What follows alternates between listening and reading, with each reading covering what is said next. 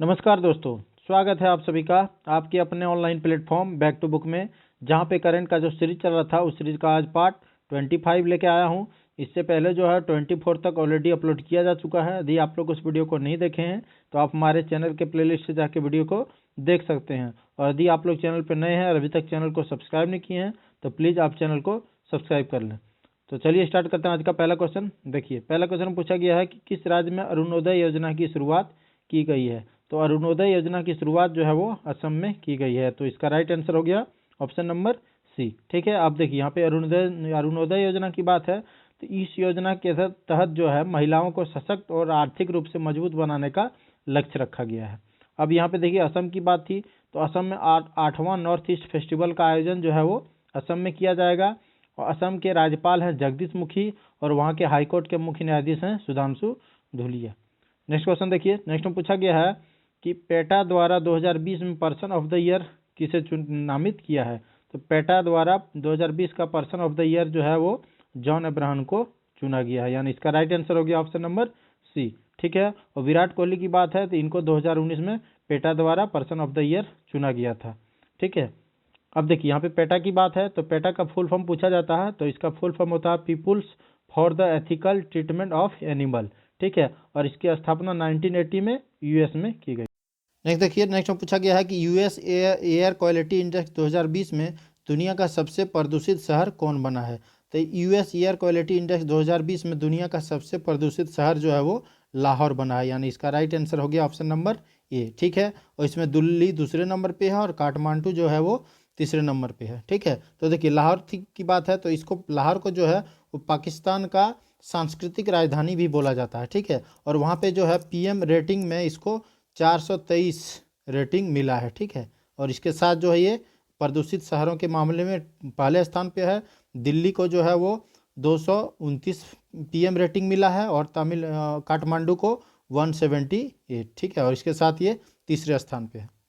Next देखिए, next में पूछा गया है कि किस राज्य के नोकपोक सेकमई पुलिस स्टेशन को सबसे अच्छा पुलिस स्टेशन का दर्जा मिला है।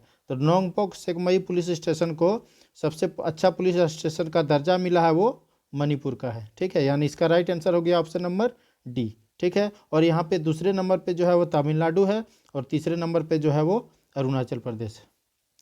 नेक्स्ट देखिए, नेक्स्ट में पूछा गया है कि किस देश की सेना द्वारा मनोज मुकुंद नरवणे को गार्ड ऑफ ऑनर से सम्मानित किया गया है। तो मनोज मुकुंद नरवणे को सऊदी अरेबिया की सेना द्वारा गार्ड ऑफ ऑनर से सम्मानित किया गया है। तो इसका राइट आंसर जाएगा ऑप्शन नंबर ए। ठीक है, और पिछला वीडियो में बताए थे कि मनोज मुकुंद नरवणे को जापान की सेना द्वारा भी वहाँ पे सम्मानित किया गया था। नेक्स्ट देखिए, नेक्स्ट में पूछा गया है कि ग्लोबल टेररिज्म इंडेक्स 2020 में कौन शीर्ष पे रहा है। तो ग्लोबल टेररिज्म इंडेक्स 2020 में जो है अफगानिस्तान टॉप पे है, यानी पहले स्थान पे है। तो इसका राइट आंसर हो गया ऑप्शन नंबर ए। ठीक है, इसमें भारत जो है वो 8वें स्थान पे है और नाइजीरिया जो है इसमें दूसरे स्थान पे है। और 2019 में जो है भारत जो था वो 7वें स्थान पे था।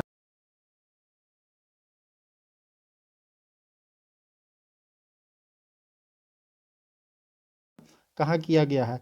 तो बाल सुलभ पुलिस स्टेशन का शुभारंभ जो है वो पुणे में किया गया है, यानी इसका राइट आंसर हो जाएगा ऑप्शन नंबर ए। नेक्स्ट देखिए, नेक्स्ट में पूछा गया है कि कोटक की 2020 में सबसे अमीर महिलाओं की सूची में कौन शीर्ष पे रहा है। तो कोटक की 2020 में सबसे अमीर महिलाओं की सूची में जो है वो रोशनी नडार शीर्ष पे रही है, यानी इसका राइट आंसर हो जाएगा ऑप्शन नंबर ए। ठीक है, और ये जो है HCL की चेयरपर्सन है। नेक्स्ट देखिए, नेक्स्ट में पूछा गया है कि फॉर्च्यून ने किसे 2020 का business person of the year नामित किया है। तो फॉर्च्यून द्वारा 2020 में business person of the year जो है वो शांतनु नारायण और अजय बंगा को संयुक्त रूप से नामित किया है, यानी इसका राइट आंसर हो जाएगा ऑप्शन नंबर सी। ठीक है, अब शांतनु नारायण की बात है तो ये जो है एडोबी के CEO हैं और अजय बंगा जो है वो मास्टर कार्ड के CEO हैं। नेक्स्ट देखिए ये है शांतनु नारायण और ये है अजय बंगा। नेक्स्ट देखिए, नेक्स्ट पूछा गया है कि टाइम मैगजीन का पहला किड ऑफ द ईयर का अवार्ड किसने जीता है। तो टाइम मैगजीन का पहला किड ऑफ द ईयर का अवार्ड जो है वो गीतांजलि राव द्वारा जीता गया है, और ये मात्र जो है ये 15 ईयर्स की हैं और ये भारतीय मूल की अमरीकी नागरिक हैं। देखिए ये हैं गीतांजलि राव। नेक्स्ट देखिए, नेक्स्ट में पूछा गया है कि भारत का सबसे बड़ा हॉकी स्टेडियम कहाँ बनाया जाएगा।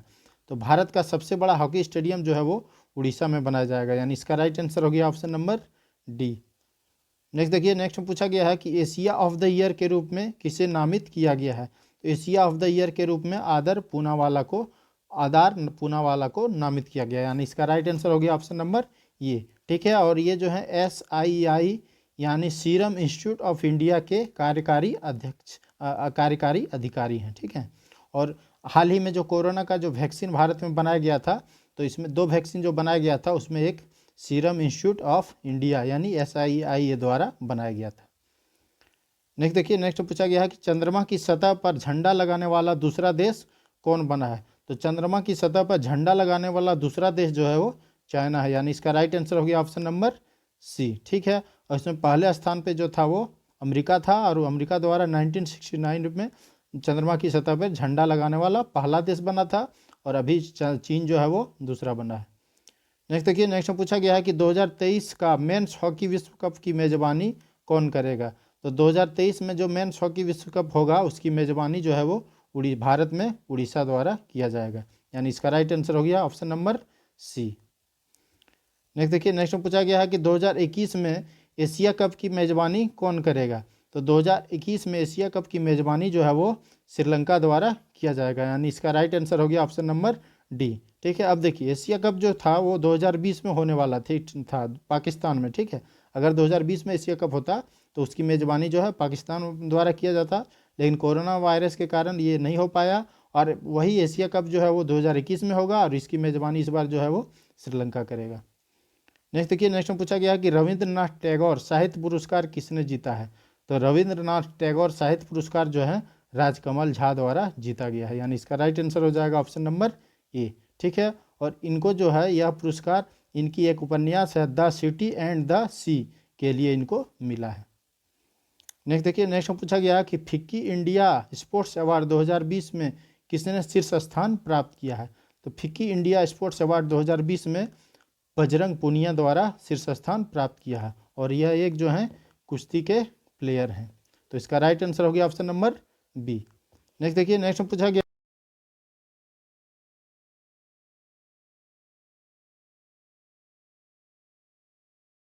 को मंजूरी देने वाला पहला देश जो है वो सिंगापुर बन गया है, यानी इसका राइट आंसर हो गया option number D B. Next देखिए, नेक्स्ट में पूछा गया है कि WHO फाउंडेशन का पहला CEO किसे नियुक्त किया गया है। तो WHO फाउंडेशन का पहला CEO जो है अनिल सोनी को नियुक्त किया गया है, यानी इसका राइट आंसर हो गया ऑप्शन नंबर ए। ठीक है, और यह एक भारतीय मूल की अमेरिकी नागरिक हैं। अब देखिए यहाँ पे WHO की बात है, तो WHO का स्थापना जो है वो 1948 में किया गया था, और इसका हेडक्वार्टर स्विट्ज़रलैंड के जिनेवा में है, और इसका महानिदेशक जो है वो टेड्रोस एडानोम है, और अब इनके CEO जो हैं वो अनिल सोनी बन गए हैं, और ये पहले हैं। नेक्स्ट देखिए, नेक्स्ट पूछा गया कि जलवायु परिवर्तन प्रदर्शन सूचकांक में भारत को कौन सा स्थान मिला है। तो जलवायु परिवर्तन प्रदर्शन सूचकांक में भारत को 10वां स्थान मिला है, यानी इसका राइट आंसर हो गया ऑप्शन नंबर डी। ठीक है, और इसमें जो है पहले, दूसरे और तीसरे नंबर पे किसी को नहीं रखा गया है, और इसमें चौथे नंबर पे स्वीडन है, 5वें पे UK है, और 6ठे में डेनमार्क है। नेक्स्ट देखिए, नेक्स्ट में पूछा गया कि वर्ल्ड इकोनॉमिक फोरम की बैठक कहाँ आयोजित की जाएगी। तो वर्ल्ड इकोनॉमिक फोरम की बैठक जो है वो सिंगापुर में आयोजित की जाएगी, यानी इसका राइट आंसर हो गया ऑप्शन नंबर सी। नेक्स्ट देखिए, नेक्स्ट पूछा गया कि शहरी प्रशासन सूचकांक 2020 में कौन शीर्ष पे रहा है। तो शहरी प्रशासन सूचकांक 2020 में उड़ीसा शीर्ष पे रहा है, यानी इसका राइट आंसर हो गया ऑप्शन नंबर ए। ठीक है, और इसमें महाराष्ट्र दूसरे स्थान पे है, और अगर नीचे से देखा जाए तो सबसे निचले स्थान पे जो है वो नागालैंड है, यानी ये जो है लास्ट पे है। ठीक है, फर्स्ट उड़ीसा हो गया और लास्ट जो है वो नागालैंड हो गया। नेक्स्ट देखिए, नेक्स्ट में पूछा गया कि मारा गोमेज फुटबॉल खेलने वाली पहली ट्रांसजेंडर बनी है, वह किस देश की है। तो मारा गोमेज जो है वो फुटबॉल खेलने वाली पहली ट्रांसजेंडर बनी है, और वह जो है एक अर्जेंटीना की खिलाड़ी है। नेक्स्ट देखिए, नेक्स्ट में पूछा गया कि 2020 में 50 एशियाई सेलिब्रिटी के लिस्ट में किसने टॉप किया है। तो 2020 में 50 एशियाई सेलिब्रिटी की लिस्ट में जो है सोनू सूद टॉप पे है, यानी इसका राइट आंसर हो गया ऑप्शन नंबर बी। नेक्स्ट देखिए, नेक्स्ट में पूछा गया है कि 2020 का Ramanujan prize for young mathematician का अवार्ड किसने जीता है? तो 2020 का Ramanujan prize for young mathematician का अवार्ड जो है वो कैरोलिना आरूजो द्वारा जीता गया है, यानी इसका राइट आंसर हो गया ऑप्शन नंबर सी। नेक्स्ट देखिए, नेक्स्ट में पूछा गया है कि टाइम पत्रिका ने पर्सन ऑफ द ईयर किसे नामित किया है? तो टाइम पत्रिका द्वारा पर्सन ऑफ द ईयर जो है वो जो बिडेन और कमला हैरिस दोनों को संयुक्त रूप से नामित किया गया है, यानी इसका राइट आंसर हो गया ऑप्शन नंबर सी। ठीक है, और ये जो बिडेन है वो अमेरिका के प्रेजेंट में राष्ट्रपति हैं और कमला हैरिस वहाँ की उपराष्ट्रपति हैं।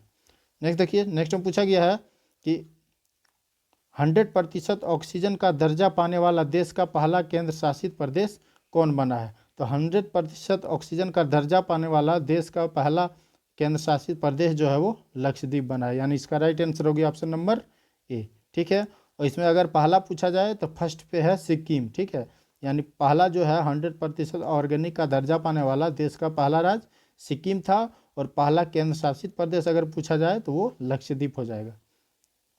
नेक्स्ट देखिए, नेक्स्ट पूछा गया कि है social entrepreneur of the year किसे चुना गया है? तो social entrepreneur of the year जो है अशरफ पटेल को चुना गया है, यानी इसका राइट आंसर हो जाएगा ऑप्शन नंबर बी।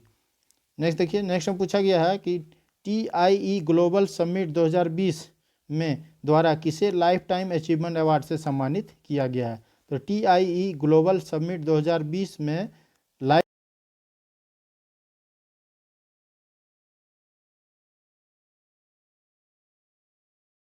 माइक्रोसॉफ्ट के संस्थापक हैं।